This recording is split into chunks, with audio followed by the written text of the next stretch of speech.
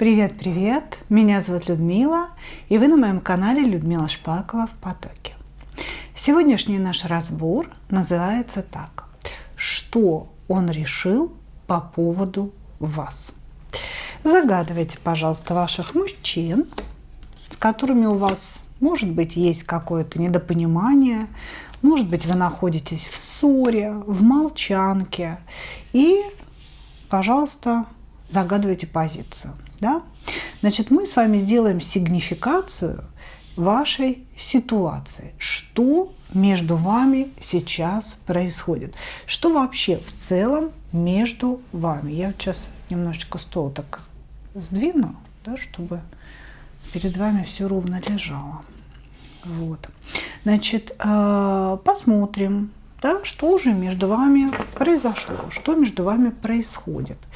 И далее, да, как мы будем действовать. Сначала посмотрим чувства человека к вам, да, а потом разберемся, что же он решил по поводу вас, как он собирается действовать или не собирается действовать.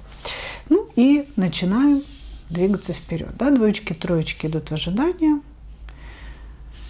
Начинаем с единичек. Под видео всегда есть тайм-коды. Вы можете нажать на тайм-код и перейти на свою загаданную позицию. Итак, что между вами? Угу. Что это значит?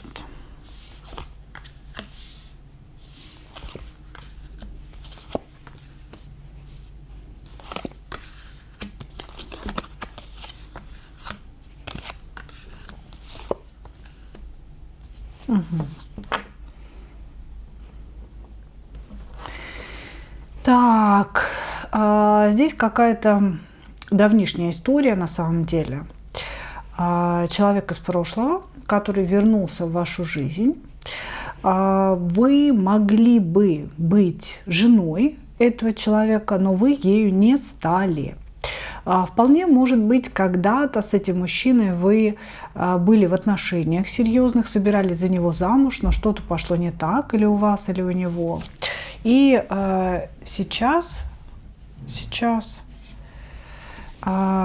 произошло, ну, такое, знаете, возвращение блудного сына, как говорится. Вот, значит, что сейчас между вами? Сейчас между вами блокировки, отсутствие общения с этим человеком. Может быть такая, знаете, ситуация, когда вы приняли решение, нам лучше не общаться. Или кто-то из вас заблокировал другого, да. Ну, может быть, буквальные блокировки, а может быть фигуральные. Написать можете, да, но и не можете одновременно. То есть не можете психологически себе позволить переступить через какую-то свою гордость. Вот, значит, скорее всего, или кто-то из вас здесь находится в браке, или у кого-то есть специальность, связанная с юриспруденцией, врачеванием, да, медициной. Может быть, кто-то из вас чиновник, потому что здесь идут какие-то бумаги, работа, связанная с бумагами, с тем, чтобы писать очень-очень много чего-то. Вот. И, может быть, вас еще и работа связывает. То есть мало того, что это человек из вашего прошлого, так это человек еще, с которым связывает работа. Да? Или когда-то роман был на работе у вас с ним, или вдруг к вам устроился на работу ваш бывший, такие тоже казусы бывают. Вот, значит, вы на самом деле хотели бы нового начала, вы хотели бы нового витка ваших отношений. Вы, может быть, считаете, что этот человек был вам предназначен судьбой, да, но вот обстоятельства сложились не в вашу пользу. И вы хотели бы все это дело начать как бы заново. Да, вот он, вот вы, но нет какого-то нехорошего прошлого, забыть обиды, забыть взаимные упреки, вот, и как-то двигаться дальше уже в русле любви, в русле двойки кубков. Да? Вы считаете, что вы любите друг друга, что у вас взаимная любовь, и нужно преодолеть какие-то такие, знаете, невозможности, препятствия для того, чтобы быть вместе. Это вот ваше такое состояние, да, как будто бы вы когда-то не смогли стать его императрицей или не захотели, может быть, стать его императрицей, а сейчас вы хотели бы восстановить эту справедливость. Да, как бы, и вот сейчас я уже передумала, сейчас я уже прожила часть жизни и хотела бы с тобой начать для того, чтобы попробовать что-то серьезное. Вот. Но произошла ссора, произошли молчанки, блокировки и так далее. И, конечно, вас интересует, я думаю, что он там решил по поводу вас. Хорошо. Давайте посмотрим его чувства к вам на сегодня.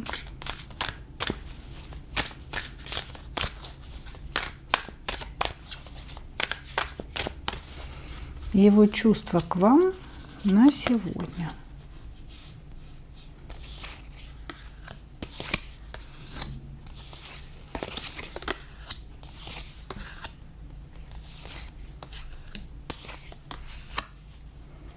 Угу.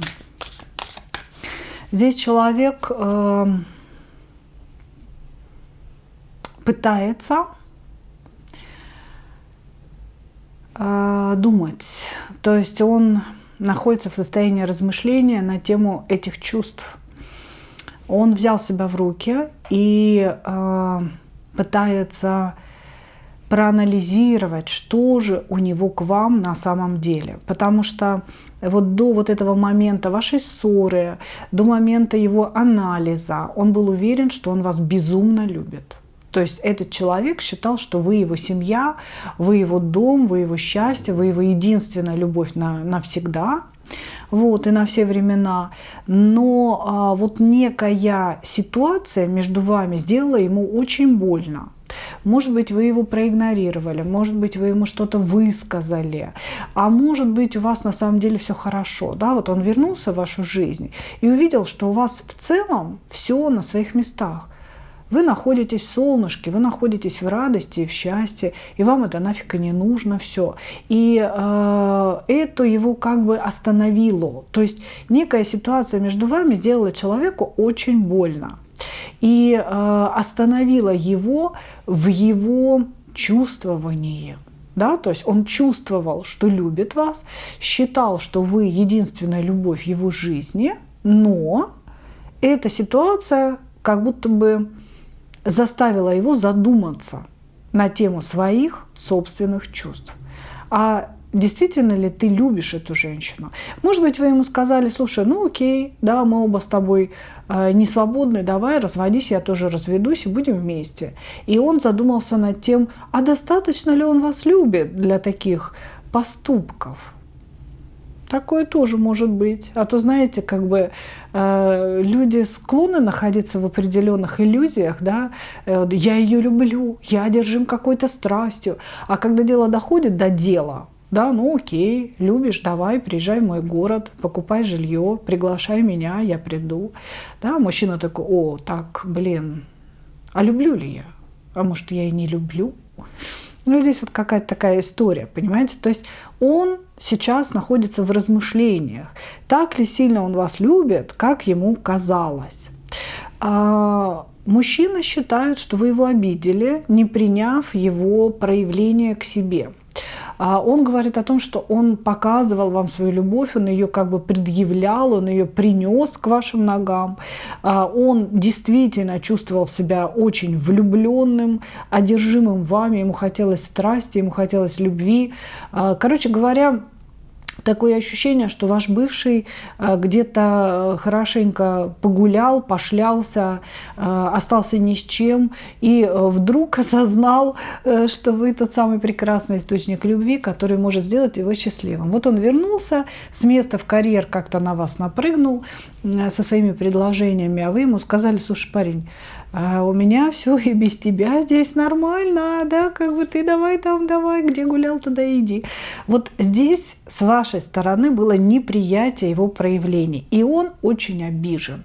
Какие у него чувства? Ну, прежде всего, это обида на вас за то, что вы не приняли, переосмысление своих чувств, а так ли я ее люблю, да, а нужно ли мне это все.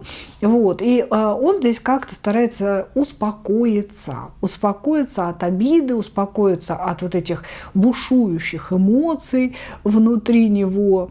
Ну, я не знаю, на самом деле, я считаю так. Любовь – это чувство неподвластное разуму. Если она настоящая, а не выдуманная, да, потому что мы все чего-то додумываем и придумываем и про себя, и про других. Если любовь настоящая, а не выдуманная, ну не может человек успокоиться, ну не может он взять ее под контроль. Можно взять под контроль свои действия, что-то не делать, но чувства взять под контроль невозможно. И если у него это получается, да, уйти в размышления, стать задавать себе какие-то вопросы, может быть, это любовь, это обман или самообман. Да? То есть не то, чтобы он хотел обманывать вас, он скорее здесь обманулся по 7 мечей сам. Да, считая, что вы его единственная любовь, а на самом деле это было удобство или спасение. Да, то есть он бежал к вам как к спасению своему или как к самой комфортной женщине из всех, что у него были. Вот, думая, что это любовь. Вот сейчас он пытается совладать с собой, пытается держать какое-то лицо, показать, что он очень правильный человек, он соблюдает какие-то правила. Вот, он не будет лезть, например, там, в вашу жизнь и проявляться, раз вы сказали нет. Вот, то есть здесь мужчина пытается держать себя в узде. Искренне считает, что он вас любит, и также искренне обижен на то, что вы его не приняли. Хорошо. Так что же он решил по поводу вас? Что же он там решил-то, товарищ наш?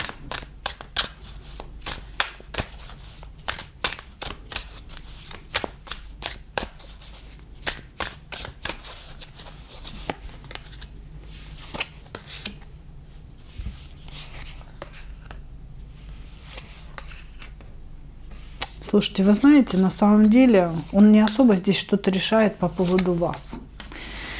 Это человек гордец с задатками, если так можно сказать, нарцисса. Да? На самом деле этот человек считает, что он заслуживает лучшего, а лучшее здесь вы. На самом деле, вы императрица для него, и он считает, что вы вот его женщина жизни. И по любасеру она будет моей. Вот. Значит, он решил, что вы будете его женщиной во что бы то ни стало. Поэтому, если вы переживали, что он не вернется, не проявится, да нет, ну, конечно, вернется и проявится. Но меня очень беспокоит то, что я вижу, скажу я вам. Понимаете? Она будет моей во что бы то ни стало. Ну, безусловно, порыв, да, прекрасен у мужчины. Рыцарский порыв. Завоевать женщину. Но здесь разговор идет не о завоевании, а о разрушении вашей жизни. То есть он говорит, я разрушу все то, что она построила. Я испорчу ей жизнь, я испорчу ей нервы, я испорчу ей кровь. Я поступлю крайне непорядочно с ней для того, чтобы она в результате принадлежала мне. Как вам это, мои дорогие, его решение? Напишите в комментариях обязательно, как вы к этому относитесь. Короче говоря, ну вот, несмотря на все высказывания о великой любви этого мужчины, я не верю ему, вот из того, что я вижу. Да? Здесь человек, зацикленный на себе, на своих потребностях, на своих хотелках. И ему женщина нужна не как императрица, а как рабыня. Как человек, который будет им бесконечно восхищаться, прислуживать ему и принадлежать. Ну вот так, понимаете? Да блин, это все не любовь. Вот как бы он это красиво все не описывал, это все не любовь. И он решил, что вы будете принадлежать ему. Он будет действовать самыми некрасивыми методами, какие только возможны. По дураку, здесь даже, знаете, не по дураку, а по идиоту. Вот так вот можно сказать. То есть его поступки будут идиотскими, ужасно некрасивыми, неприятными для вас. Это могут быть поступки, разрушающие какие-то сферы вашей жизни, лишь для того, чтобы, оставшись одна, оставшись там, может, без денег, оставшись в опустошении собственной жизни, вы приползли к нему и попросили этого прекрасного нарцисса себя принять. Вот что он решил. Вот так. Но, слава тебе, Господи, кроме таких товарищей у нас есть еще высшие силы, которые говорят: хрен там с маслом тебе, товарищ, ничего у него не получится, перевернется колесо фортуны. То есть он попытается что-то сделать по своему плану, по своим задумкам, но высшие силы ему не дадут это сделать. Не дадут разрушить вашу жизнь. А проявления здесь будут, мои дорогие. Прям мне самой интересно, что тут товарищ ваш задумал. Как же он так будет выворачиваться, да? И каким-то таким макаром он хочет, чтобы вы все-таки приползли. Благодарю вас, единички. Двигаемся дальше. Двоечки. Двоечки, что между вами, что произошло. Ой, говорят, значит, любили мы друг друга как голуби, были счастливы вместе, но раз мы, тему нашего разбора, что он решил по поводу вас? Значит, есть какое-то но, какое-то но есть. Но здесь заключается в том, что вы поняли, что товарищ ваш манипулятор. Значит, было у вас все хорошо. Прекрасное общение, очень многообещающее. Это, знаете, из разряда вы встретились и поняли, что вы частички одного целого. Вам очень комфортно друг с другом, вы друг друга понимаете. Вот прям родственные души встретились вместе, наконец-то. Значит, вы проявляли к этому человеку очень много своего кубкового женского внимания.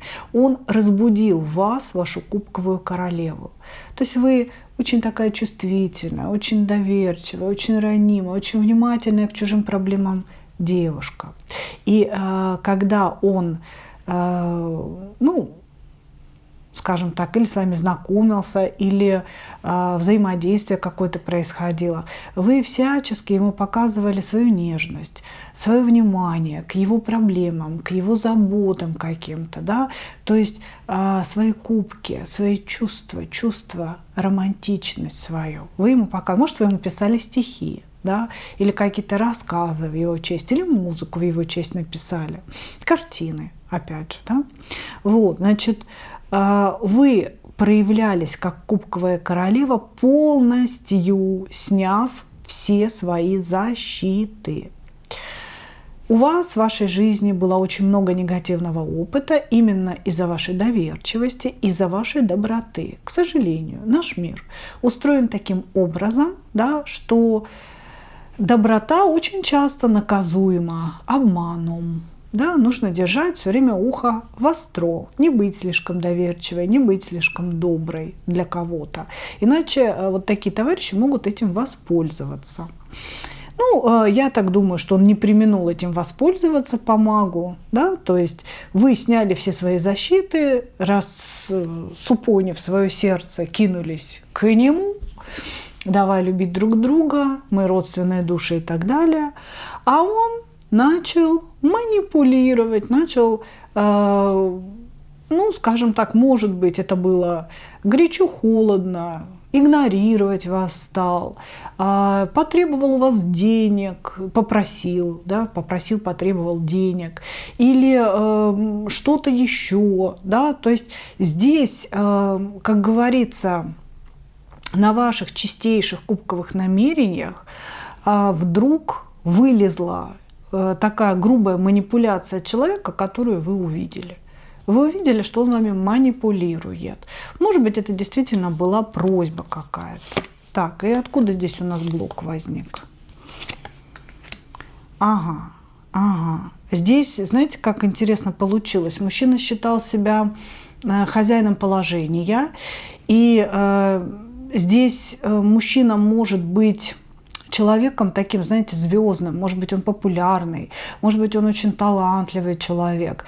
И вот он как-то, знаете, воспринял вас как свою поклонницу, как человека, который вот все для него теперь расшибется и сделает.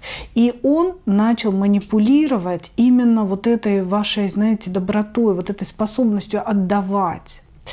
Но вы здесь сами тоже человек непростой. Несмотря на свою кубковость, доверчивость и открытость, у вас есть определенные способности экстрасенсорные.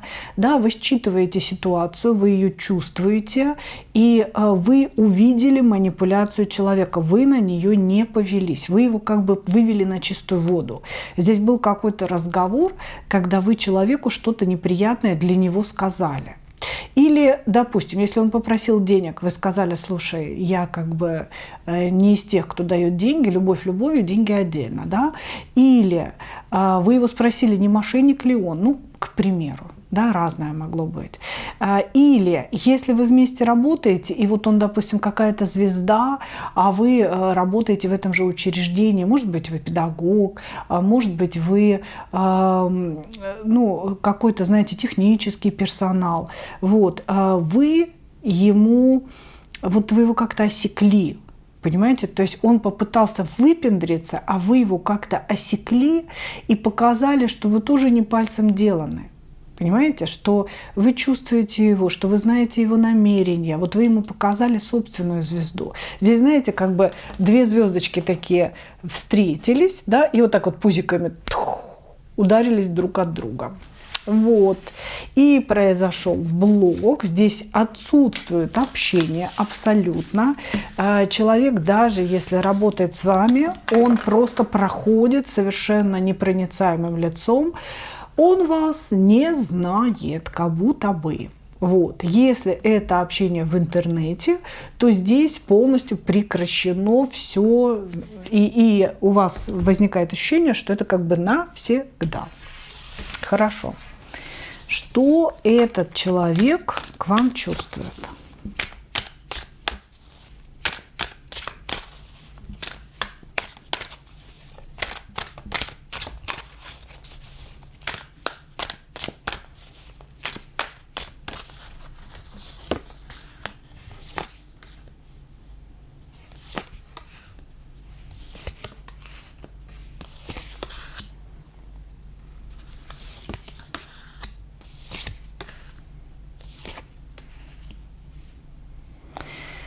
Ой, он зациклен на себе, слушайте, маг, иерофант, жезловый король. Я спрашиваю, что он чувствует к вам, а он нам говорит о том, что вы должны для него сделать. Печальная история, на самом деле. Перевелись рыцари, перевелись. Значит, что он к вам чувствует? Сексуальное желание. Сексуальное желание. Желание все-таки продавить вас на тот формат общения, который его устраивает. Может быть, он предлагал вам стать его любовницей. Может быть, он предлагал вам стать его спонсором. Да? Не знаю. Он здесь подразумевает какой-то определенный формат общения. Общение, когда вы бесконечно отдаете ему какой-то ресурс. Да? Вот, ну, какой у вас есть. Да? А для всех это что-то свое. И здесь человек на самом деле, ну вот если мы берем чистые чувства, да, это сексуальное желание, это сексуальное влечение в вашу сторону. Вы ему действительно очень нравитесь как женщина, очень нравитесь. А вот дальше, вот кроме этого, идет вот все его чувства идут с позиции она должна действовать, она должна меня завоевывать, она должна вывести меня из вот этого состояния, какого-то безресурсности, она должна меня поднять, она должна меня наполнить, она должна быть моей музой, она должна быть моей поклонницей, она должна меня восхвалять, она должна передо мной преклоняться, она должна всячески взращивать во мне мой внутренний гений. Вот. Если это чувство, да, я не знаю тогда вообще, что дальше и говорить, честно говоря. То есть здесь чувство человека к нему самому. Он любит себя, он Солнце своей Солнечной системы, а вы одна из планет, которая вокруг него вращается и которая ему все должна. Вот так. А он просто красивенький, собственно, такой. Да, вот он вас греет своим присутствием. Будьте рады этому. Окей. Что он там решил насчет вас? Давайте. Что он решил по поводу вас?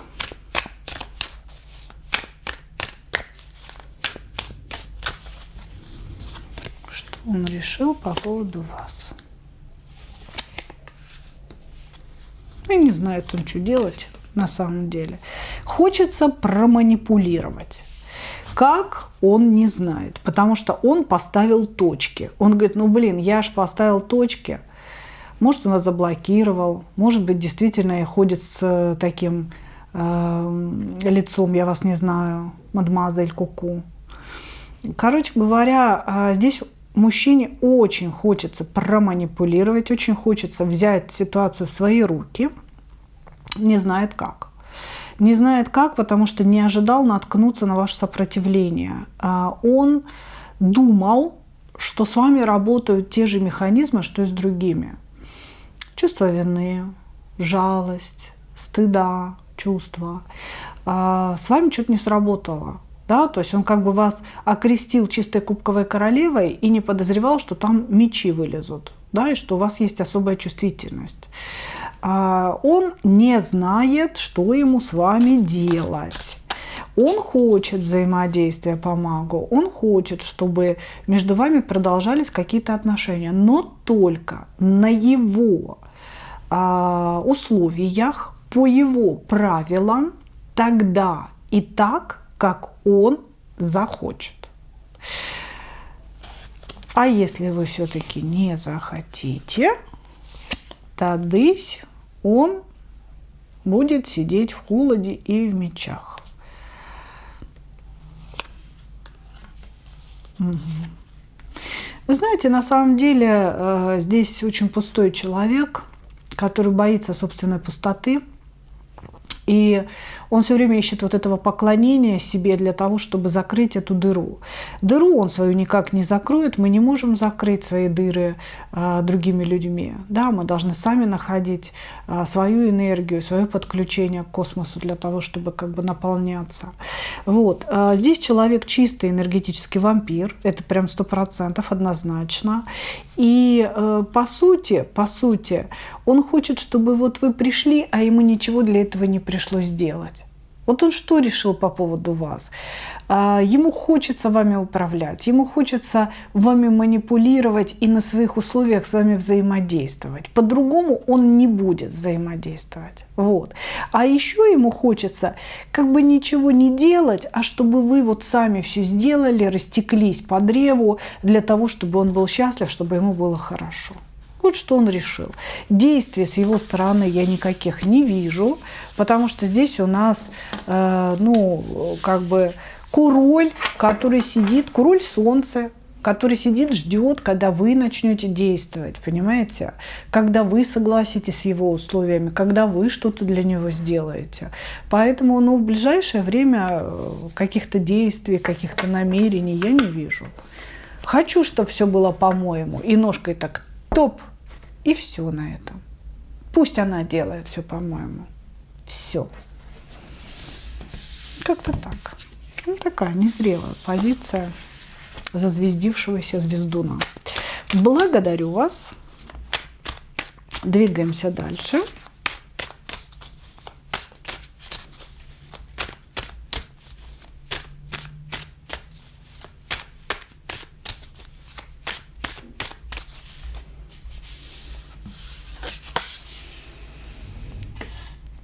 Троечки. Что между вами? Тишь да благодать. Тишь да благодать. Между вами.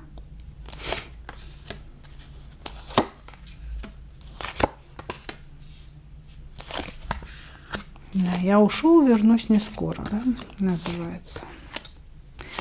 Здесь говорится о том, что мужчина вышел из отношений, что мужчина, скорее всего, младше вас, ну или он значительно младше вас, или это человек, который абсолютно не зрел, он не понимает ничего в этой жизни, он до сих пор занимает позицию сыночки-корзиночки чьей-то, да, может маминой, может жениной. Вот.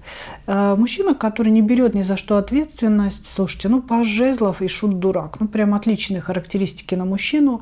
Мужчина одного раза, да, одного секса, вот так. Человек, который после того, как он в постели что-то совершил, да, дай бог, если качественно, встает, застегивается и не знает, что дальше с женщиной делать.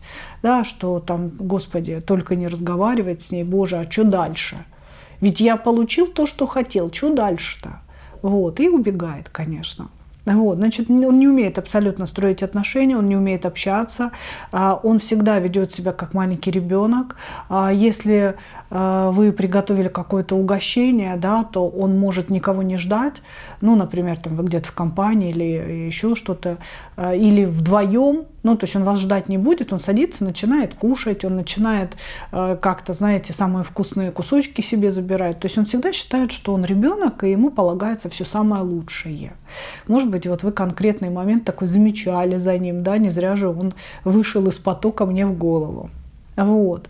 Значит, мужчина сам по себе, вот он очень жадный для себя самого. Я думаю, что он на вас не потратил ни копейки и все время зажимает, все время вот как-то ему жалко, ну не надо, это ерунда, театры, какие театры, это что, это пустая трата денег. Вот такая вот здесь история. Он очень жадный, очень такой незрелый, не умеющий выстраивать свою жизнь, не знающий, что делать дальше с женщиной, да, как бы вообще какие такие отношения, какая такая семья, да, или совместное проживание, какой такой быт. Он может говорить о том, что быт убивает отношения, что не надо съезжаться, не надо жить вместе, давай вот просто встречаться, и ты будешь мне давать. Ну, хорошо же. Желательно в машине, чтобы вообще не надо было ничего вкладывать за это. Вот. Значит, здесь вот такая позиция мужчины. Еще он очень обидчивый, он считает себя очень ранимым человеком. Вот. И здесь идет выход с его стороны, потому что вы его обидели и ранили. Он обидчивый и ранимый, вы обидели и ранили. Вот. На самом же деле он здесь какой-то такой подвыверт устроил, что вам было очень больно. Вам было больно, вы действительно почувствовали себя униженной и, скорее всего, плакали наедине с собой, страдали очень сильно. Вот. Он обидел вас, он что-то такое сказал или сделал глупое, тупое, вот такое, знаете, по-детски жестокое. По большому счету он даже не понял, насколько он вас обидел. Он вас очень сильно обидел, и вы здесь, ну, действительно пострадали. Вот. И он здесь, значит, махнул хвостом, хлопнул дверью, бросил трубку. У каждого будет свое, но он здесь типа вышел. Вышел куда-то и не вернулся. Хорошо. Давайте посмотрим чувства его, да? Что он чувствует к вам на сегодня?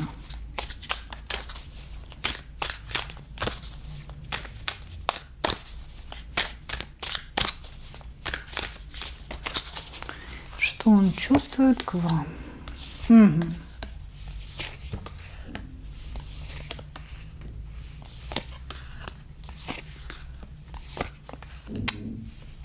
нарушить.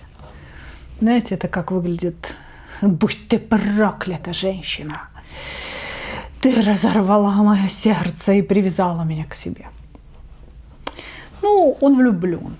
Он влюблен. Этот парень влюблен. Да, безусловно, здесь туз чаш с дьяволом у нас нарисовались. Но я не буду говорить слово «любовь». Это такая, знаете, влюбленность. Человек здесь не умеет любить правильно, потому что любовь – это когда мы отдаем. Да, когда мы отдаем, ничего не требуем взамен, а нам тоже отдают и не требуют взамен. И тогда получаются самые счастливые союзы. Вот. А короны наши где-то лежат, да, на антресолях, пылятся. Значит, здесь человек хочет жить для себя, хочет не брать никакой ответственности, ничего не давать, а лишь потреблять. Да, это такой потребитель. Но даже на своем уровне, да, он же испытывает эмоции, он испытывает чувства, и он считает, что он вас любит. Вот. Он очень хотел бы, чтобы его к вам не тянуло. Он очень хотел бы, чтобы он был вами разочарован. Да, он пытался вас обесценить у себя в глазах, сказать: ну нет, ну она некрасивая и не умная, и не такая она прекрасная. Да? Но у него не вышло. Потому что дьявол, потому что вы его к себе привязали, и он чувствует себя вашим цепным псом. Он такой: блин, я никуда от нее деться не могу. Вот просто не могу от нее деться. Уже я хотел бы куда-то свинтить. Да что ж такое, тянет. Вот. Тянет его к вам, тянет. И чем дольше вы молчите, и чем больше между вами проходит времени или расстояние, или того и другого, тем ему хуже становится. Очень сильно тянет его товарищ дьявол к вам. Вот.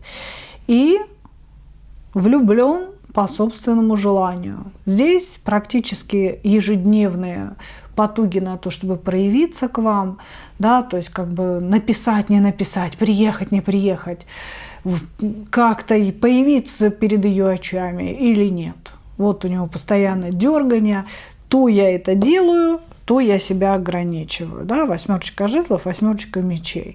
Тянусь рукой до телефона сообщения написать, да, открываю чат, сижу как тупая, ни хрена не делаю, закрываю чат, да, или в телеге можно стирать, да, чаты, и, соответственно, и вообще бесследно, да, например, сообщение стереть.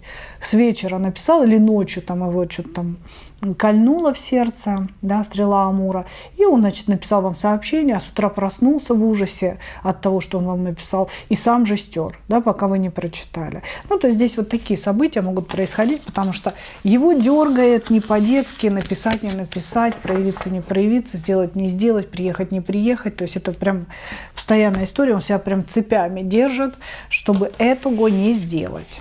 Ну, хорошо, что он решил по поводу вас? Капризулька такая.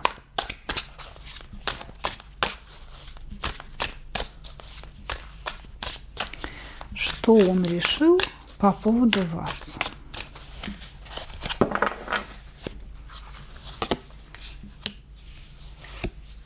Слушайте, у нас что-то сегодня манипулятор на манипуляторе, и манипулятором еще и погоняет, как говорится. Что он решил по поводу вас? Ну, он решил вас помучить своим молчанием, якобы своим уходом. Ну, то есть, чтобы вы решили, что это точка, и чтобы вы очень сильно страдали из-за него. Ему кажется, что вы тоже страдаете на том конце провода, прям безумно. Потому что, ну, он совершенно искренне считает, что между вами кармическая связь, что вы встретились не случайно.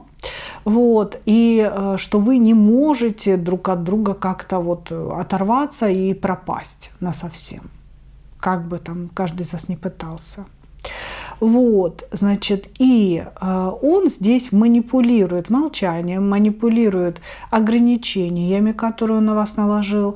Это может быть блокировка, да, то есть он вас заблокировал и сидит, ждет, когда вы приложите усилия и позвоните ему откуда-то, ну, я не знаю, с ближайшей звезды, да, или по Сбербанку напишите ему.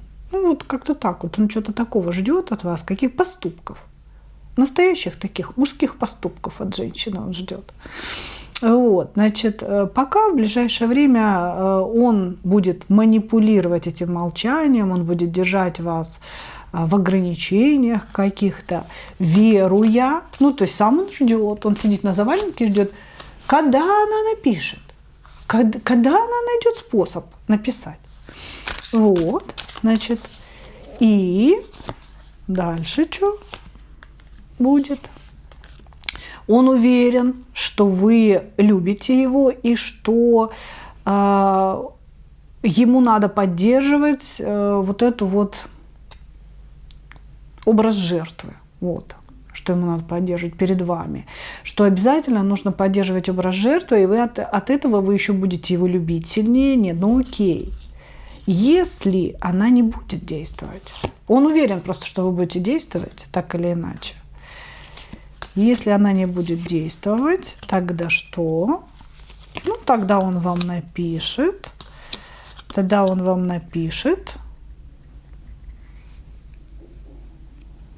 Какую-то хрень. То ли вы замужем, и он не может вам вообще написать так просто. На самом деле тут могут быть ограничения, это не только с его стороны, но и с вашей. Значит, если вы достаточно долго не будете реагировать на его молчание, на его вот этот вот, знаете, подвыверт, то человек в результате вам напишет, но как-то он напишет вам не о любви, а какую-то такую фигню, непонятно. Рабочую, по работе, по чему-то еще. Ну, короче, не про любовь он вам напишет. Ну, может, знаете, классическое «привет». Вот. Потому что он говорит, что здесь есть еще какой-то император, и есть ограничения со стороны императора. Император может лишить вас зоны комфорта в случае, если вдруг обнаружится вот этот молодой человек. Здесь как бы история очень глубоко уходит корнями в землю. Вот, значит, но безусловно, я бы вам советовала никак не проявляться. Парень о вас думает, парень на вас зациклен, и он в любом случае проявится самостоятельно. Главное выдержать момент. Пока у него еще есть убежденность в том, что вы его слишком любите для того, чтобы вытерпеть эти ограничения, он думает, что вы найдете способ с ним связаться, да, как бы он вас не ограничивал, и тогда он будет как бы диктовать, да, что ему нравится, что ему не нравится. Но если вы выдержите это молчание, то он в результате напишет. Да, то есть его проявление – это будет некое письмо.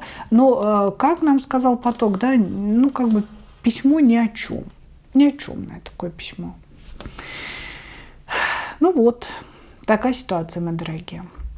Благодарю вас за ваше внимание. Наш сегодняшний разбор окончен. Надеюсь, что он вам понравился. Обязательно пишите комментарии, ставьте лайки и не забываем подписываться на канал.